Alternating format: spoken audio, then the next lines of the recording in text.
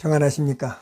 오늘은 레위기 17장 회막 밖에서 짐승을 잡지 말고 피를 먹지 말라는 경고의 말씀에 대해서 살펴보려고 합니다.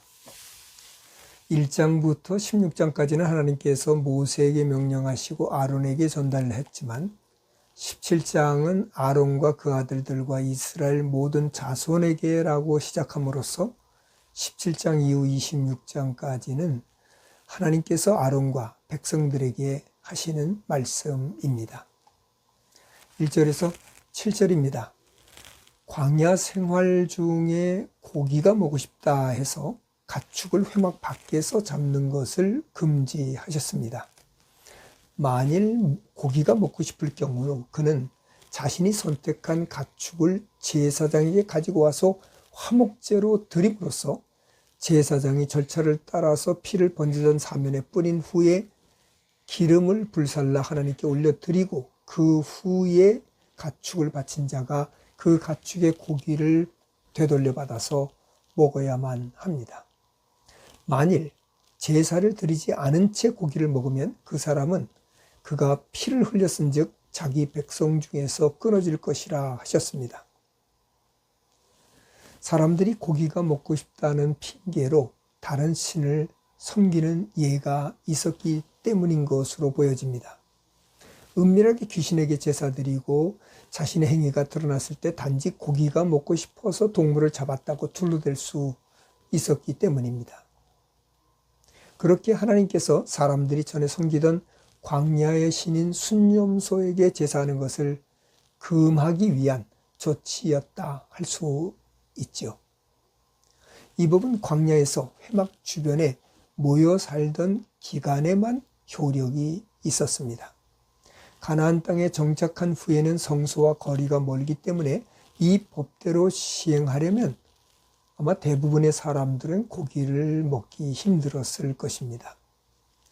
그렇게 신명기 12장에는 성소에서 멀리 떨어져 사는 사람들은 제사의식을 행하지 않고도 양이나 소를 잡아먹는 것을 허용하셨습니다. 8절에서 9절입니다.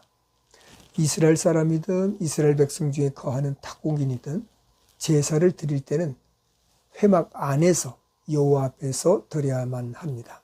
만일 회막 밖에서 드리면 백성 중에서 끊어집니다. 이는 누구든지 선민으로 하나님의 은혜 안에 살려면 여호와 앞에 살아야 함을 강조하는 말씀입니다. 그러나 지금 우리들은 예수님 말씀하신 대로 어디서든 성령의 인도하심과 진리의 말씀을 따라 예배하면 되지요. 10절에서 14절입니다. 이스라엘 사람이나 그들 중에 거류하는 거류민들은 피를 먹어서는 안 된다고 하십니다. 피를 먹는 자는 백성 중에서 끊어집니다. 이 말씀이 얼마나 중요한지 10절에서 14절에 6번이나 기록하고 있습니다. 피를 먹지 말아야 될 이유는 첫 번째는 생명을 존중하라는 말씀입니다. 즉 육체의 생명은 피에 있기에 피를 먹는 것은 생명을 먹는 것이기 때문에 안 된다는 거죠. 둘째는 속죄의 기능, 즉 피를 제단에 뿌려서 우리의 죄를 속죄하는 기능, 피로 생명의 값을 지불하기 때문입니다. 이는 예수님께서 우리의 대속을 위해 피 흘리실 것을 미리 보여주신 것입니다. 셋째는 위생상의 문제, 즉 동물의 피에는 독소와 각종 병균들이 득실되기 때문이기도 하죠.